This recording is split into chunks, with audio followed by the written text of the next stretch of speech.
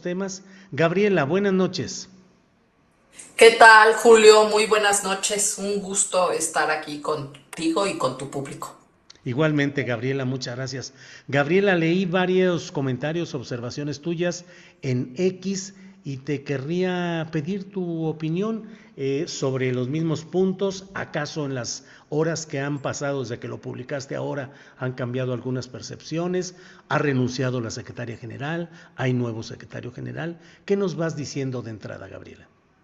Bueno, si bien la renuncia de la secretaria, pues es, digamos, como una señal de que se están tratando de corregir cosas al interior de la universidad, creo que persisten problemas que tú mismo has comentado ahorita, Julio, que es el asunto del informe que entrega esta comisión, que no permite deslindar ni quiénes hicieron trampa ni qué tipo de trampa hicieron.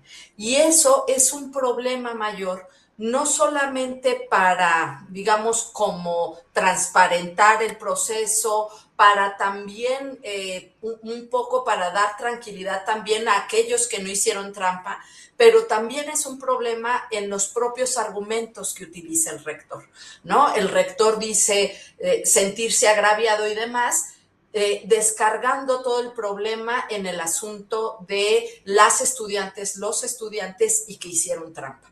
Y creo que eso es un tema muy problemático. Hoy mismo en mi instituto lo comentábamos con las y los colegas, el estigma que se puede crear en estos estudiantes, en estas estudiantes, y esa carga que pueden llevar en su trayectoria académica y que puede tener pesos importantes. Eso por un lado desde el punto de vista académico de las y los estudiantes, pero por otro lado, esa narrativa también, digamos que hace que las propias autoridades no tomen la responsabilidad que les corresponde en el problema que hay.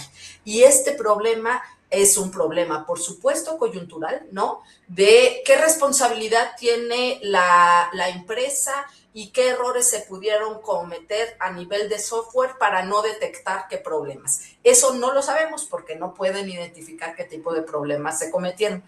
También, o qué tipo de faltas, perdón.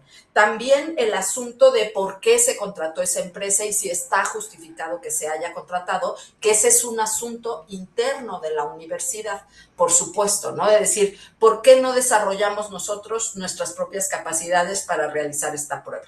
El asunto también en el discurso del presidente de la comisión de Bárcena, que lo que dice es se utilizó una IA con verificación humana.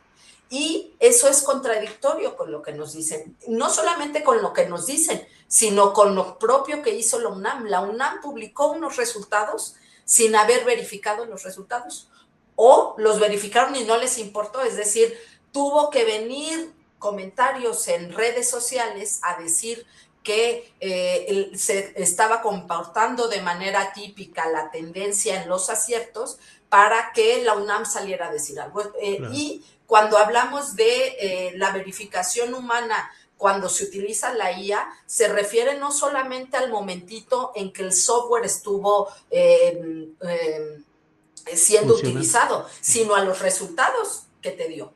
Y Claro. en eso tenía que haber habido verificación humana. Ahí Sí. también hay una responsabilidad de la universidad que al cargarle a los estudiantes todo el tema, pues también permite que no se asuman esas responsabilidades. Y hay Sí. una última que es un tema de fondo y que ya se ha tratado en muchos espacios, que es las formas en las que se permite o no el acceso a la educación superior, pero que la educación es un derecho y que el examen limita por sí mismo, sea que se haya usado IA o no, sea que se haya hecho trampa o no, el examen por sí mismo limita y crea un embudo para ese acceso a la educación superior. Y creo que esos son los temas de fondo que deberíamos estar debatiendo, Julio.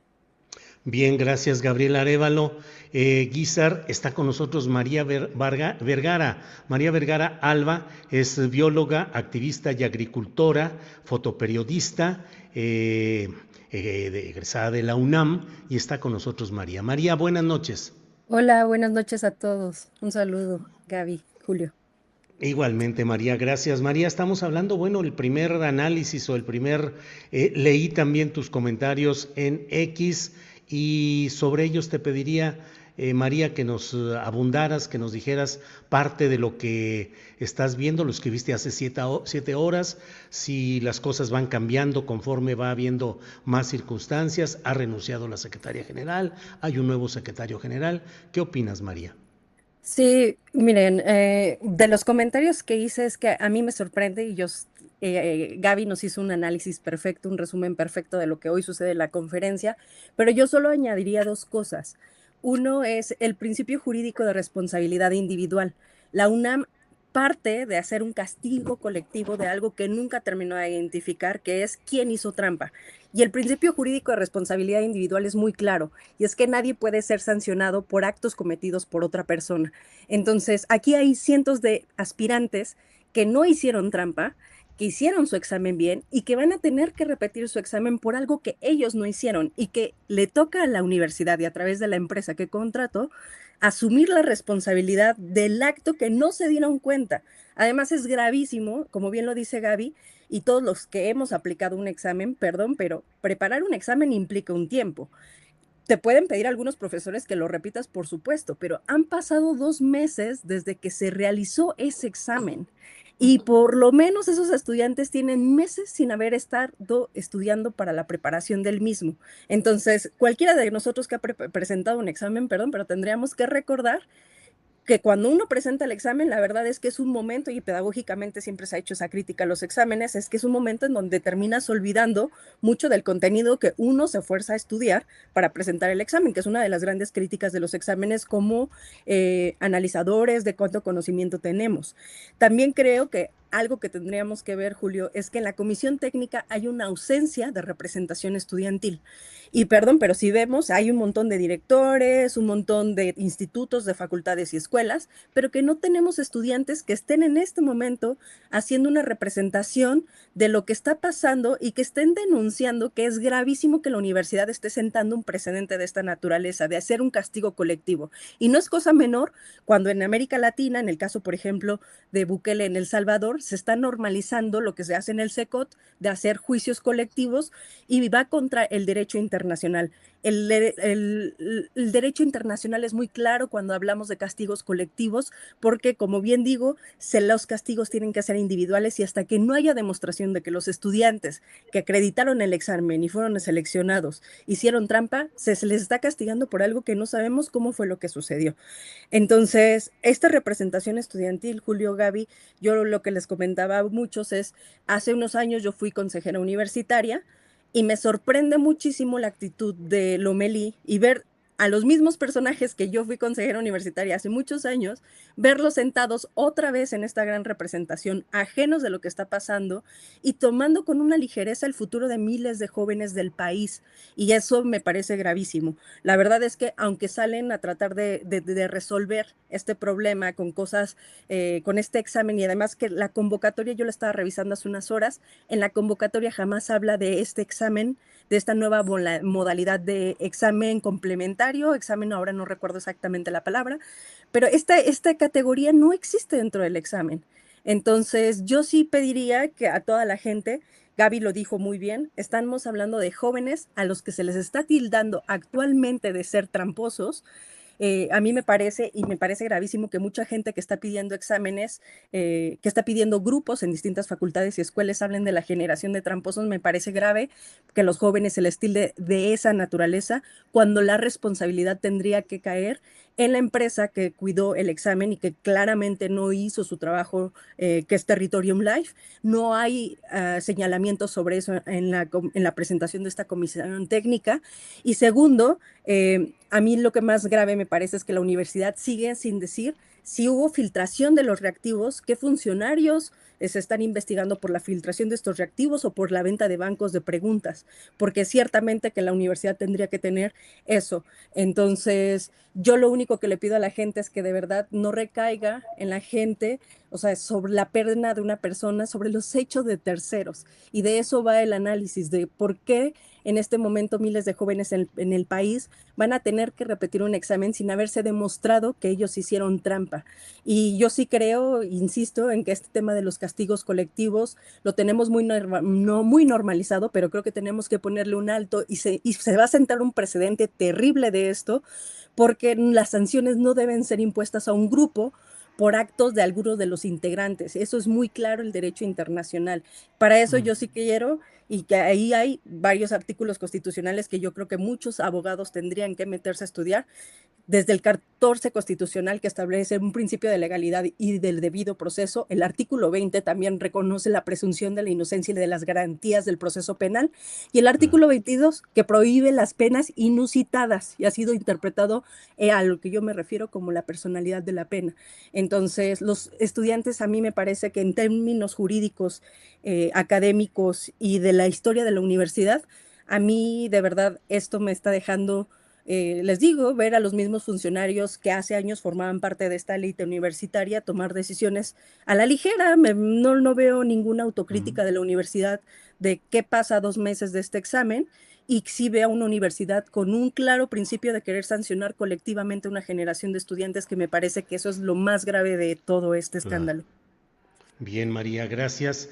Gabriela Arévalo es editora y académica del Instituto de Investigaciones sobre la Universidad y la Educación de la Universidad Nacional Autónoma de México. Gabriela, ¿qué implica en el fondo lo que estamos viviendo? Hay quienes dicen esto confirma que somos un país, unas universidades públicas, una sociedad aferrada, instalada, inmersa en la trampa, en el engaño, en el chanchullo, por un lado. Y por otro también, pues las universidades públicas como entidades que permiten el acceso a mucha gente de diversos niveles socioeconómicos para la educación superior. ¿Qué piensas en lo general, Gabriela, estructuralmente de todo esto? Yo creo que estructuralmente lo que tenemos que ver más que pensar, y esa me suena muy a aquella cosa que decía Peña Nieto de los mexicanos por casi por sangre y por definición somos tramposos, ¿no? Y corruptos, y creo que no debemos asumir eso. Por supuesto, cuando el rector dice me siento agraviado, bueno, pues no, tampoco, porque él no es la universidad somos muchos y la hacemos todos los días muchos, incluidos e incluidas, por supuesto, como dice María, los y las estudiantes. Lo que hemos visto es que justamente estos mecanismos tan estrechos para acceder a la educación superior, que hacen que las posibilidades y la perspectiva de vida cambien de alguien el hacer una carrera universitaria o no, ha creado durante años un mercado que permite hacer esas cosas.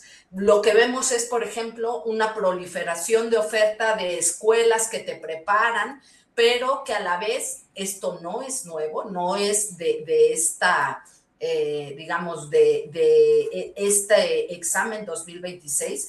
Intentan la manera de conseguir los reactivos, hacen sus programas de acuerdo a lo que encontraron en el reactivo anterior, etcétera. Se ha creado todo un mercado alrededor de esto, pero eso es porque existe una demanda y unas posibilidades de acceder a la educación superior y a la educación superior en la UNAM reducidas, ¿no?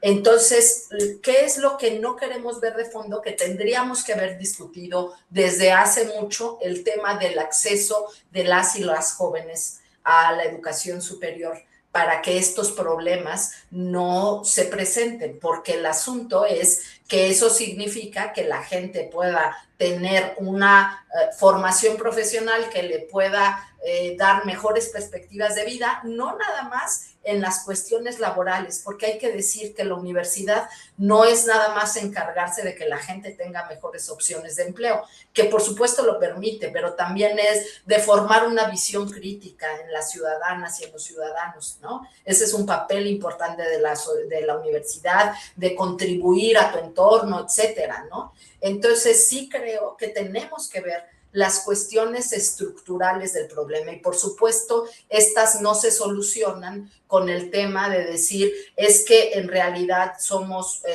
corruptos y malos o que la universidad en realidad tiene problemas. No, tenemos que ver también, y eso lo he dicho mucho, que el tema del acceso y de atender a los estudiantes es un tema que no recae solamente en la UNAM.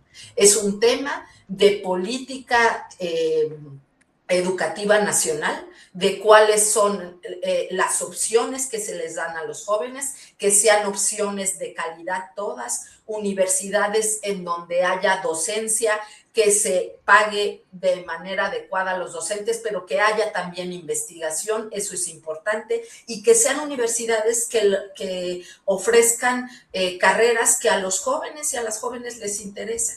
Entonces, aquí hay problemas de fondo que tendríamos que atender y que no se reducen como a este discurso simplista de decir hubo tramposos y lo recaemos solamente en los jóvenes. La sociedad mexicana es tramposa en general y las universidades públicas son ineficientes. No, no es así.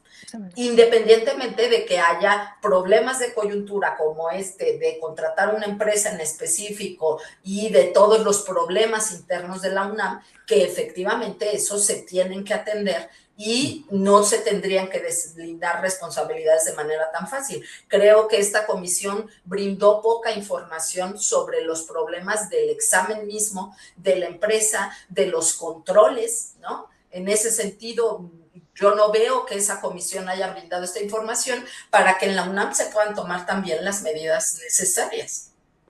Bien, Gabriela.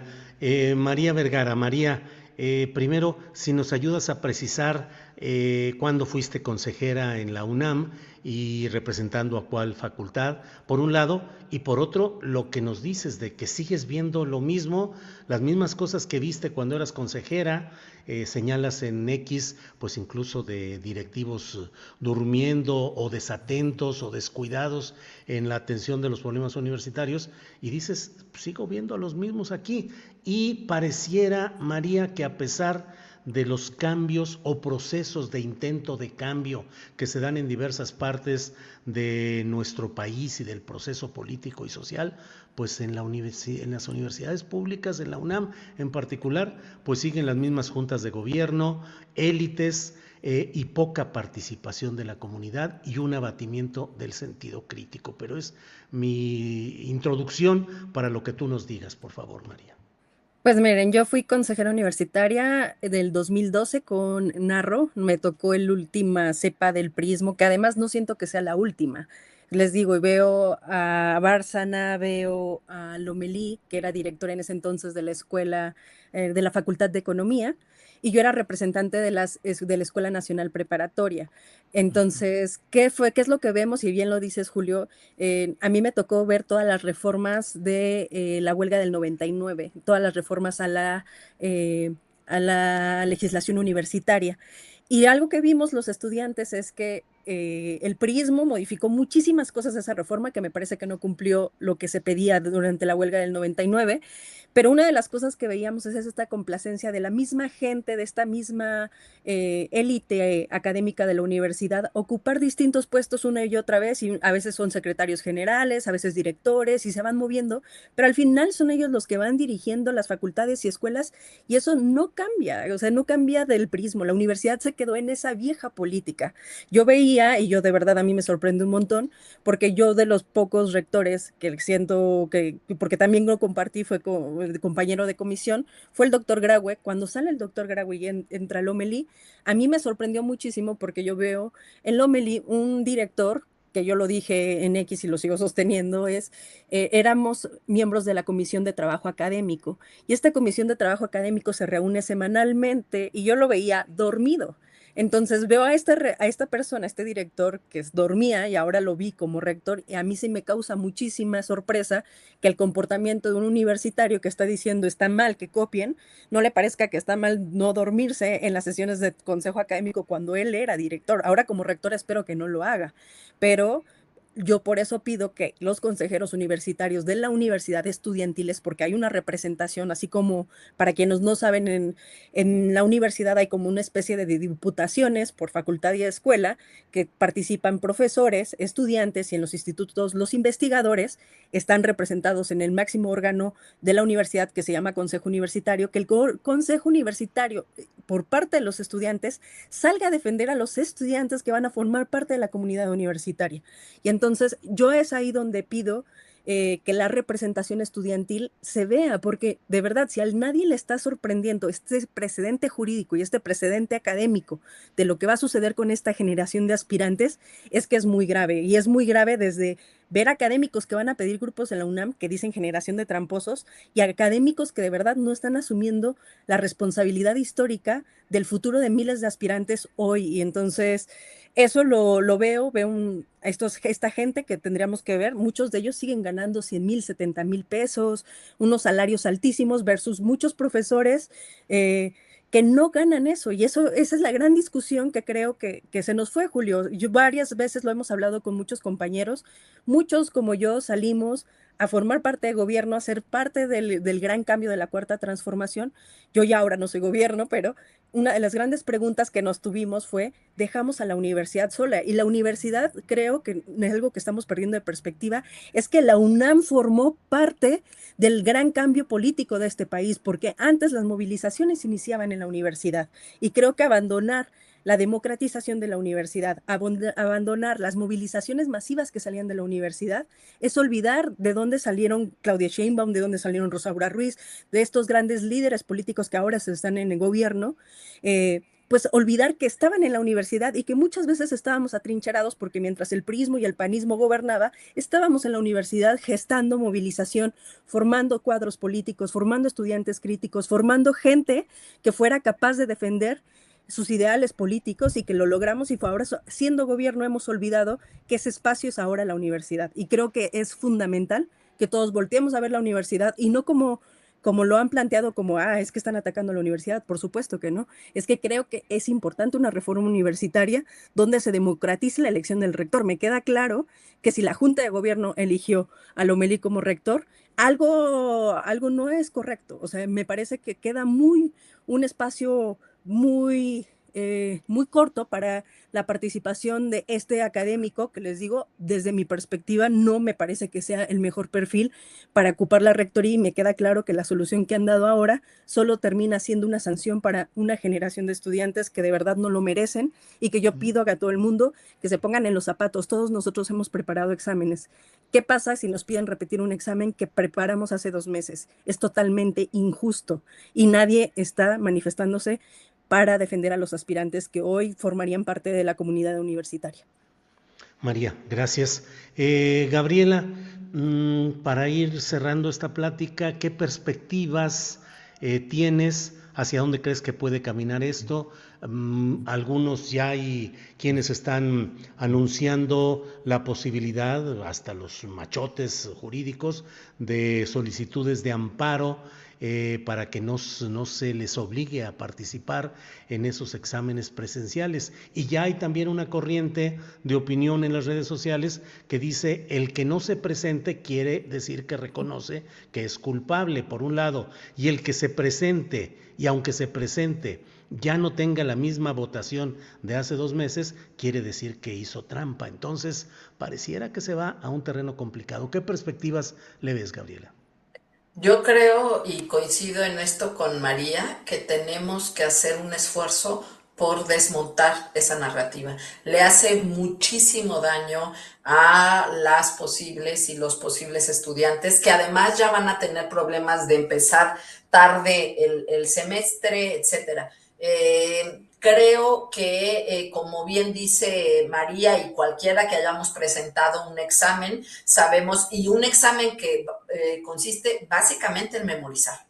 O sea, hay que decirlo, ese examen básicamente es memorizar datos, no es comprensión, no es otro tipo de cosas. Entonces, incluso gente que pudiera sacar menor puntaje no significa que hizo trampa. Ese es el gran riesgo de poner sobre la mesa y poner sobre única falla el tema de la trampa de las y los jóvenes. Hay temas que yo hoy incluso le preguntaba a mis colegas del Instituto de Investigaciones sobre la Universidad y la Educación, y para ahondar en eso yo invitaría a ti, Julio, y a todos los medios a que se acercaran y abrieran estos espacios para mis compañeras y mis compañeros que son especialistas en la temática, pero este asunto del examen de control, ¿no? Que parecía que es una buena salida, pero que en los hechos parece que es nada más, van a repetir el examen.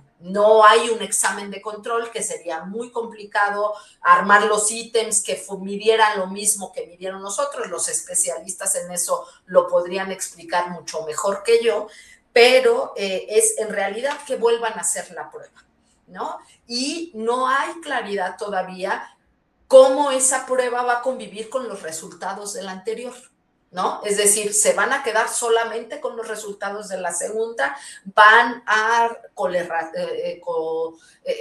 vincularlos a los resultados de la primera, ¿no? Y promediar, o sea, toda esa información todavía no la dan. Entonces, creo que es importante que esa información la pidamos a las autoridades, expliquemos las académicas, los académicos, los estudiantes, cuáles son las complejidades de esto y que pidamos transparencia y claridad en ese proceso que ya de por sí es complicado. Y que digamos muy claro que si esta es la salida que se encontró, con todos los problemas legales que va a tener que asumir la universidad, porque la falla de haber dado una lista y de no haber analizado los resultados es de la universidad, es porque ha habido una serie de fallos en todo el proceso que no es justo que se le cargue únicamente a los estudiantes. Y que, vuelvo a reiterar, hay un problema de fondo estructural que tiene que ver con las posibilidades de acceso a la educación superior que tendríamos que atender y asumir de manera urgente en el país. Bien, Gabriela. María Vergara, ¿qué perspectivas ves? ¿Hacia dónde crees que puede avanzar esto, tanto en el terreno jurídico como también de una eventual mayor movilización de estudiantes, aunque hasta este momento no hay indicios o muestras de ello, pero bueno, a veces las cosas surgen o caminan de maneras imprevisibles. ¿Cómo ves? ¿Qué perspectivas, María? Pues yo sí creo, Julio, que va a haber una gran movilización aun cuando se haga este examen de control, porque algo que estamos olvidando es que la universidad anuncia resultados y yo creo que hay un porcentaje muy alto de gente que ya estaba en universidades y que se da de baja de esas universidades para entrar a la UNAM y que hoy se encuentra con la disyuntiva de no estoy ni siquiera en mi universidad y ahora no estoy tampoco en la UNAM. Y yo creo que en cuanto se ofrezcan resultados, o sea, creo que finalmente no hay una gran movilización porque no hay un resultado final de qué va a pasar con la UNAM. Si la gente es no seleccionada, queda o no fuera. Creo que cuando eso pase, sí va a llamar a una gran movilización y creo que los padres que van a formar los padres y jóvenes que van a formar, van a hacer una gran demostración de lo que hace falta en la universidad. Yo sí creo, y yo invitaría a toda esa gente que sí se movilice y que sí le exige a la universidad que asuma la responsabilidad como universidad. Muchos me preguntan, bueno, ¿y tú qué hubieras hecho? Bueno, en primero, es que la UNAM tendría que hablar de qué funcionarios has estado investigando, cuál va a ser la sanción con el trabajo de esta empresa Territorium Life, y entonces, y además, ¿qué vas a hacer para que las personas seleccionadas, que ahora no las vas a, o sea, ¿qué clase de futuro es ese para los universitarios? ¿Qué clase de mensaje y cero formalidad para la universidad? Entonces, yo lo que espero, lo que veo en el futuro, y de verdad lo deseo, es que haya una gran cantidad de jóvenes exigiendo a la universidad que tengan respuestas sobre sus procesos de selección y que la comunidad universitaria en general, de los que ya son universitarios, que de verdad por empatía se solidaricen y que comiencen a hacer una crítica de lo que está pasando en la universidad, y que a mí me encantaría que lo hemos dejado, los salarios a profesores de tiempo completo, que es disparejo a los profesores de asignatura, los salarios que tienen los rectores, los secretarios generales, las secretarias académicas y toda esa fuga de recursos que se va en la universidad, que sin duda es la universidad una de la más importante del país y que de verdad le está dando la vuelta a mejorar el uso de sus recursos y eficientizar el acceso de estudiantes. Yo creo, desde mi perspectiva, Julio, y ahí coincido con muchos, es que esto del examen de selección es la verdadera trampa, porque ¿cómo puede ser que el sistema educativo te da un certificado de que acabaste tu bachillerato? Eso dice que eres capaz de cursar la universidad y después te exija para entrar a las universidades un examen de selección? Y cuando lo aplicas, la universidad se puede reservar el derecho de meterte un examen de control. Y de verdad que si eso nos parece normal en el país, es que entonces le seguimos apostando a las élites doradas, a las élites académicas y no garantizar que la educación debe ser un derecho para todos en el país.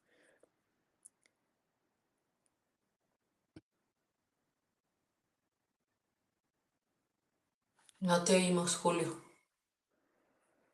Ya. Gabriela, gracias, gracias. A reserva de lo que desees agregar, darte las gracias por esta ocasión. Insisto, a reserva de si deseas agregar algo más. Bueno, Julio, pues yo creo que insistiría en que en tanto no tengamos pruebas y no se presenten pruebas de qué trampas se hicieron, dejemos de hablar Claro. de los tramposos y de que si alguien no se presentó es esto, que abramos una discusión sobre el acceso a la educación pública, que en la UNAM se dé una discusión interna sobre qué fue lo que pasó y cuáles fueron las fallas internas. Por supuesto, una discusión pendiente también es el tema de los recursos públicos derivados a privados, ¿no? Y eso es un asunto pendiente. Y por supuesto también que hablemos de otras formas de que la UNAM atienda a, dentro de sus posibilidades, es imposible que la UNAM atienda a todo el país, pero sí que debatamos a fondo el asunto del examen. Hoy platicábamos y lo comentaba yo también ayer con Jesús Escobar, hay universidades como la UBA que no hacen examen de selección y tienen excelentes resultados académicos y atienden a toda la gente que les solicita entrada. Entonces sí hay otras maneras de atender la demanda educativa, entonces veámosla también. Bien, gracias, Gabriela. Para cerrar, María, muchas gracias por estar aquí, María Vergara, y a reserva de lo que desees agregar, pues agradecer tu presencia aquí. No, muchas gracias a ti, Julio, compañeros, y mucha solidaridad a los aspirantes y la comunidad universitaria. Creo que es momento de verdad de pensar otra universidad y creo que es posible otra universidad. Bien, pues a ambas, gracias, Gabriela, gracias, María. Hasta pronto, gracias.